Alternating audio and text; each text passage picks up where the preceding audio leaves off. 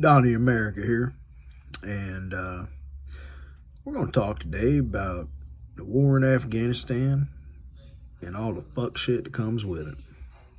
So, here we are 20 years later, drawing down the war.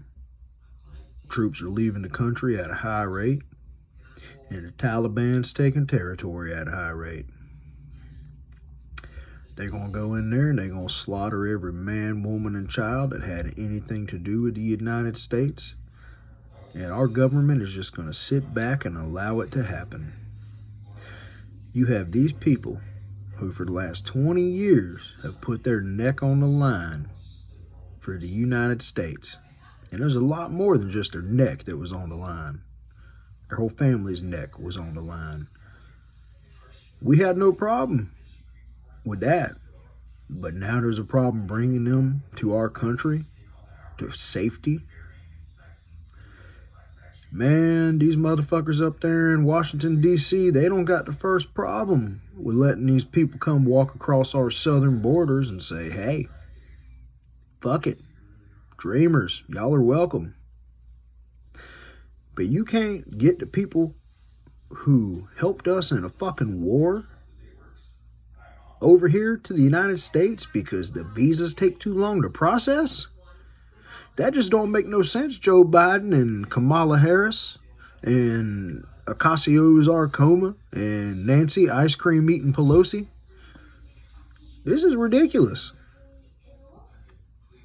I guess, y'all know them translators are going to vote Republican, so y'all just saying, fuck them, huh? But y'all going to let them people who going to come in here for a motherfucking handout, y'all going to let them come right the fuck on in. But the people who actually helped this country, who fought alongside this country, man, it's a fucking shame. And then I don't even want to get into the feelings that, the men and women who went over there to Afghanistan, fought for this country, watched their friends die, come home to a divided nation, seeing the same flag that was draped over their friend's casket being burnt in the street. I mean, it's fucking crazy. They're going to come home, they're going to see all that shit.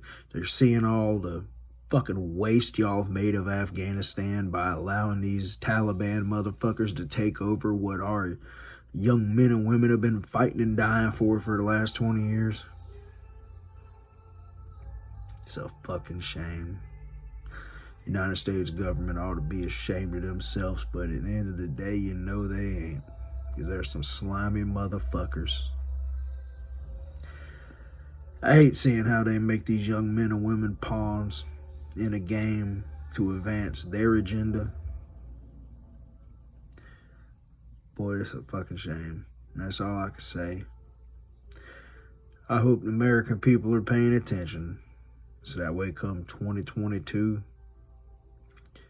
we can go right ahead and put the people in the seats that need to be in the seats, so that way we can get this country back on the right track, because it's a fucking shame.